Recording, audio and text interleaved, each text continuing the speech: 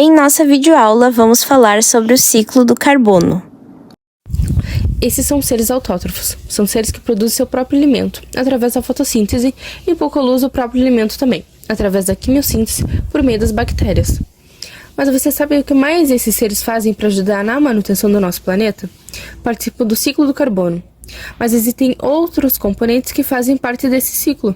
E vamos conhecer todos a partir de agora. Antes mesmo do ciclo do carbono, vamos conhecer o artista principal desse ciclo.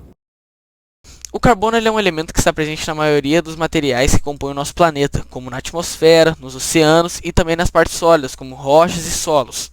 Ele é o elemento base das moléculas orgânicas. Um átomo de carbono pode realizar 4 ligações químicas ao mesmo tempo, podendo se conectar com ele mesmo ou com outros elementos bem diferentes dele. Isso quer dizer que ele pode formar combinações de moléculas bastante complexas ou até mesmo infinitas da padrão. Uma das formas mais simples do carbono é o dióxido de carbono, CO2, o gás carbônico, e ele é movimentado por processos naturais entre a atmosfera, continentes e também os oceanos. E sabe quais processos naturais essa movimentação acontece?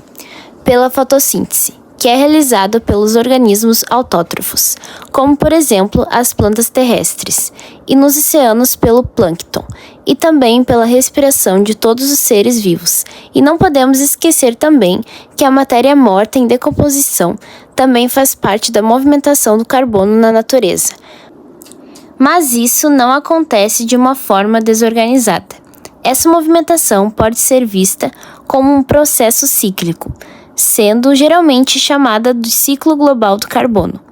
Vamos ver como tudo isso acontece. Existem 2 ciclos com velocidades totalmente diferentes, mas não esqueçam que eles estão inteiramente conectados, que são os ciclos biológicos e os ciclos geológicos do carbono.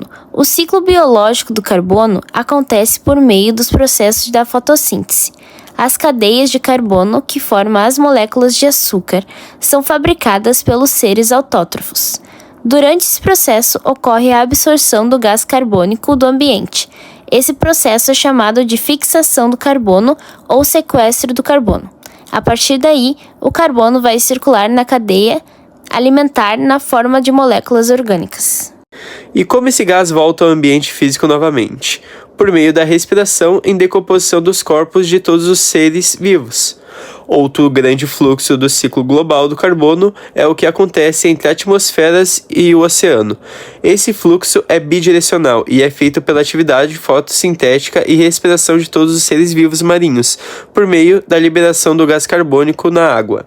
Esses seres marinhos representam um papel muito importante como reguladores do fluxo entre os oceanos superficial e o oceano profundo. Já o ciclo geológico do carbono acontece pela manutenção do carbono pela atmosfera, hidrosfera e litosfera. Esse ciclo é bem mais demorado. Vamos ver um exemplo: o ácido carbônico, H2CO3. O gás carbônico, quando entra em contato com as águas das chuvas, acaba produzindo esse ácido que facilita a erosão das rochas.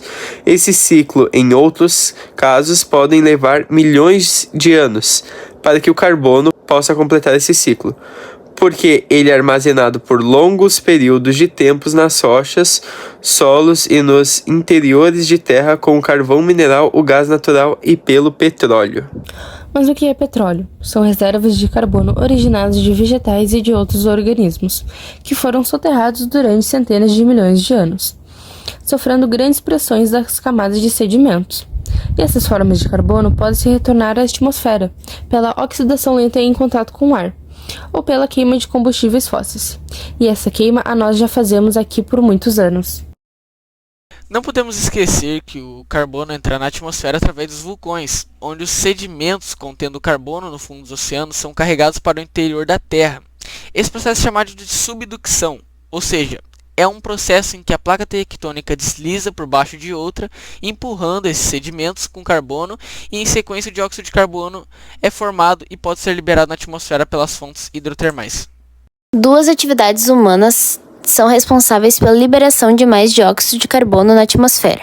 São o desflorestamento e queimadas das florestas, e o uso de combustíveis fósseis. E o uso desses combustíveis, sem dúvida, é um dos principais responsáveis por mais CO2 na atmosfera.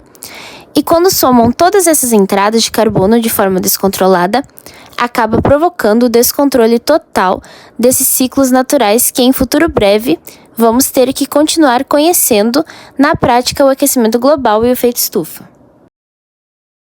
O que temos que saber sobre o ciclo do carbono é que ele de forma nenhuma é o vilão, mas sim vital para a sobrevivência de todos os seres vivos desse planeta. Não só por ele fazer parte de nossa estrutura molecular, mas também de todos os outros processos, como biológicos e os geológicos. O que não podemos deixar de fazer é combater o desmatamento das florestas, as queimadas criminais e o uso dos carros a combustão. Já é um passo enorme para a diminuição da emissão desses gases que provocam o efeito estufa e, consequentemente, um planeta mais verde com carbono suficiente para a saúde de nós humanos e principalmente do nosso planeta. Esse é o ciclo do carbono.